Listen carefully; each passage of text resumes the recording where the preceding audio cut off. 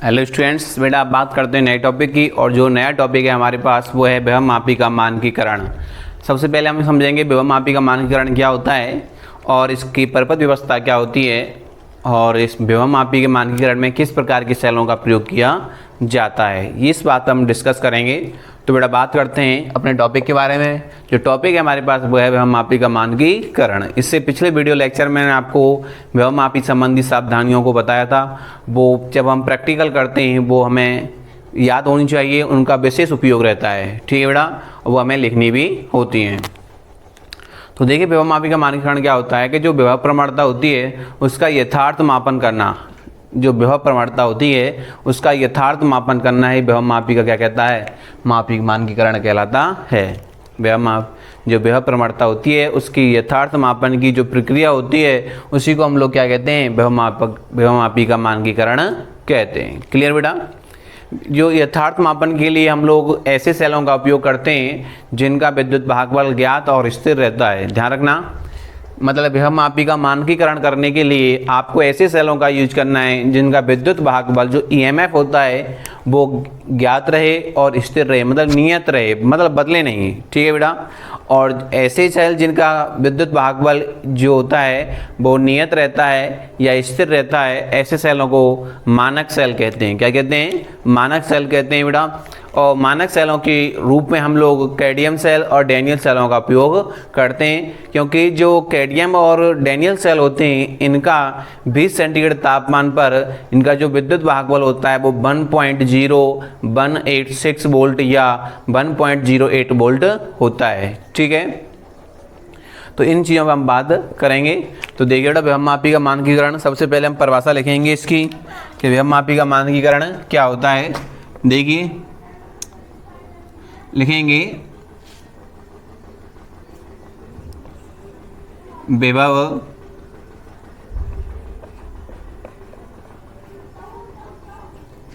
प्रवणता का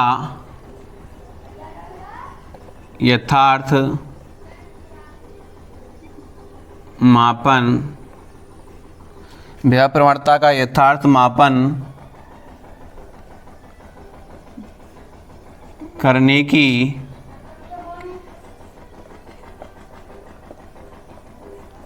प्रक्रिया, यथार्थ मापन करने की प्रक्रिया को विभवमापी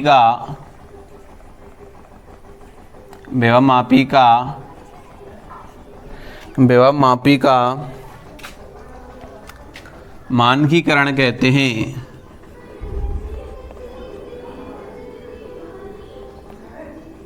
मानकीकरण कहते हैं।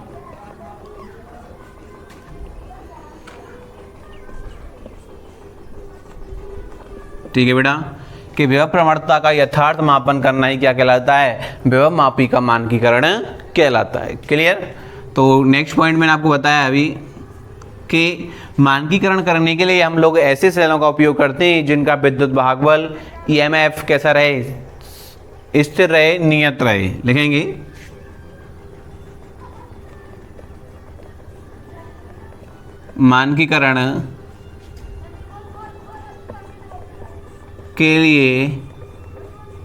मानकीकरण के लिए ऐसे सेलों का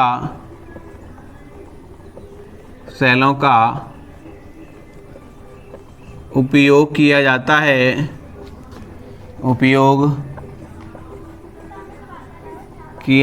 है। ऐसे सेलों का उपयोग किया जाता है जिनका विद्युत भागबल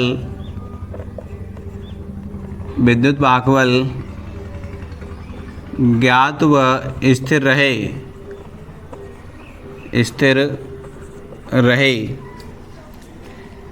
ऐसे सेलों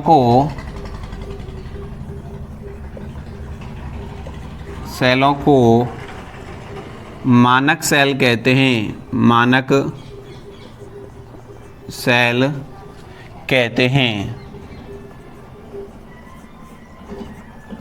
ठीक है बेटा। तो मानक आपसे पूछा जाएगा मानक सेल क्या होते हैं, तो वे सेल जिनका विद्युत भागबल कैसा रहता है, नियत रहता है। कैसा रहता है, नियत रहता है। ठीक, नेक्स्ट बेटा लिखेंगे मानक सेलों के रूप में, मानक सेल के रूप में, मानक सेलों के रूप में कैडमियम व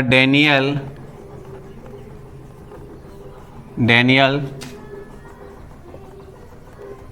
सेलों का उपयोग किया जाता है, उपयोग किया जाता है,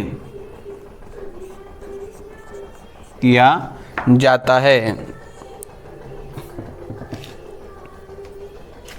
ठीक है बेटा, लिखेंगे इन सेलों का 20 सेंटीग्रेड ताप पर EMF मतलब विद्युत भागबल, ध्यान रखना 1.0186 वोल्ट या 1.08 वोल्ट होता है। क्लियर बेटा। नेक्स्ट है बेटा मानक सेलों को, मानक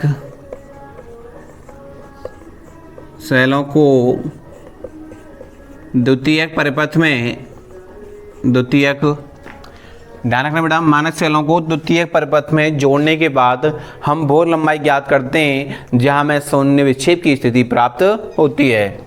मानक सेलों को द्वितीयक परिपथ में जोड़ने के बाद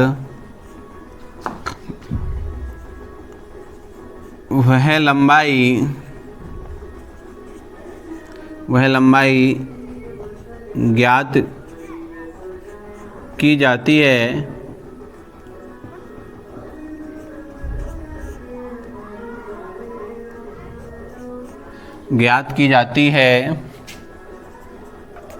जहां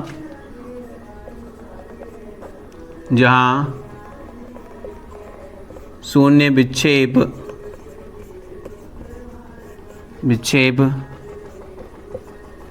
प्राप्त होता है। ठीक है बेटा, देखिए बेटा डायग्राम बनाएंगे इसका हम लोग पहले।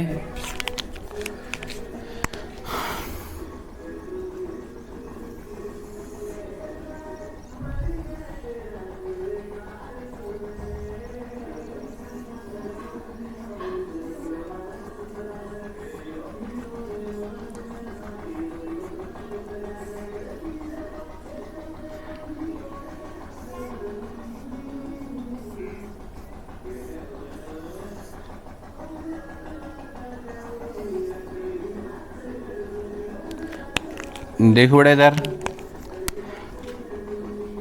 ये प्लस ये माइनस, ये कुंजी K1 हो जाएगी और इसको RH बोलते हैं, धारा नियंत्रक होता है, रियोस्टेट बोलते हैं बेटा इसको। ये बिंदु A हो जाएगा और ये बिंदु B हो जाएगा। तो बेटा यही प्लस ये माइनस, ये कुंजी K2 और ये धारा मापी J हो जाएगी और ये चौकी J हो जाएगी बेटा। क्लियर है। ध्यान देखो बेटा इधर कि इसका जो विद्युत भागबल है वो तो है AP और जो मानक सेल हमने यूज किया है इसका विद्युत भागबल है ES। इसको हम बोलते हैं प्राथमिक परिपथ। मैंने पहले ही बताया है कि प्राथमिक परिपथ में कोई भी परिवर्तन नहीं करते हैं और ये होता है सेकंड परिपथ।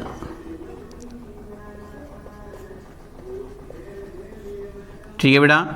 तो अब देखिए इधर मान लीजिए कि द्वितीय परिपथ में लगे सेल का विद्युत भागबल कितना है, ES है। तब विभव प्रवणता से यहाँ देखो बेटा, माना द्वितीयक परिपथ में लगे मानक सेल का विद्युत वाहक बल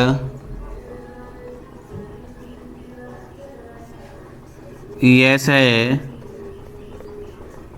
तब विभव प्रवणता से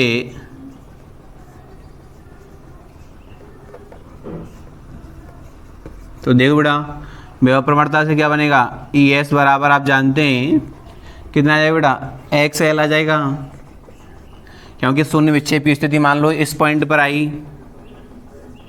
तो यहाँ से लेकर यहाँ तक की डिस्टेंस कितनी है, यहाँ से बेटा यहाँ तक की डिस्टेंस मान लीजिएगा कितनी है बेटा, L है, कितनी है L, तो ये वाला डिस्टेंस कितनी है हमारे पास L है, और इस बिंदु को हमने बोल दिया C बिंदु, ठीक है ना। तो ये वाली स्थिति हमें प्राप्त होगी।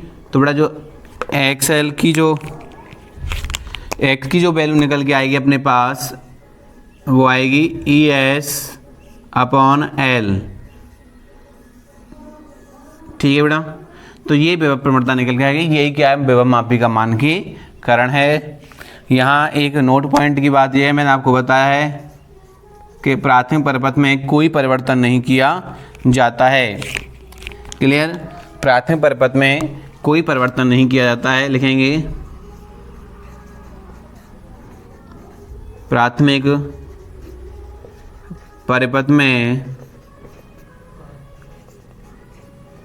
कोई परिवर्तन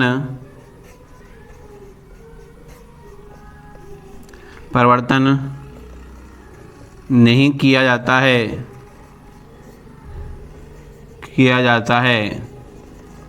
ठीक है बेटा। एक बार देख लीजिए इसको खूब आप, मैं दोबारा रिपीट कर देता हूँ कि विभव मापी का मानकीकरण क्या होता है कि विभव प्रवणता का इसके यथार्थ मापन करना ही विभव मापी का मानकीकरण कहलाता है।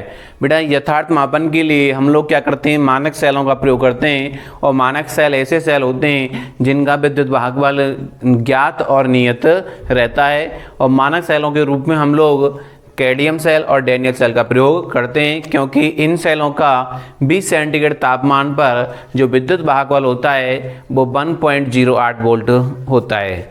बेटा द्वितीय परिपथ में मानक सेलों को लगाने के बाद हम लोग वह स्थिति ज्ञात करते हैं विभव मापी तार पर जहां हमें शून्य विक्षेप की स्थिति प्राप्त होती है। सपोज कर लीजिए कि द्वितीय परिपथ में जो लगने वाला मानक सेल है उसका जो विद्युत वाहक बल है वो ES है, तो विभव प्रवणता के आधार पर जो हमारे पास जो वैल्यू निकल के आएगी वो ES बराबर XL होगी, क्योंकि L वह दूरी है जहां हमें शून्य विक्षेप की स्थिति प्राप्त होती है। तो बेटा X बराबर आ जाएगा, कितना आ जाएगा बेटा, ES अपॉन L, मतलब एकांक लंबाई पर जो विभव उत्पन्न होता है, जो टर्मिनल वोल्टता उत्पन्न होती है उसको हम लोग क्या कहते हैं, विभव प्रवणता कहते हैं। ये क्या है बेटा, विभव मापी का मानकीकरण है। आप इसका स्क्रीनशॉट ले लीजिए और डायग्राम भी देख लीजिए।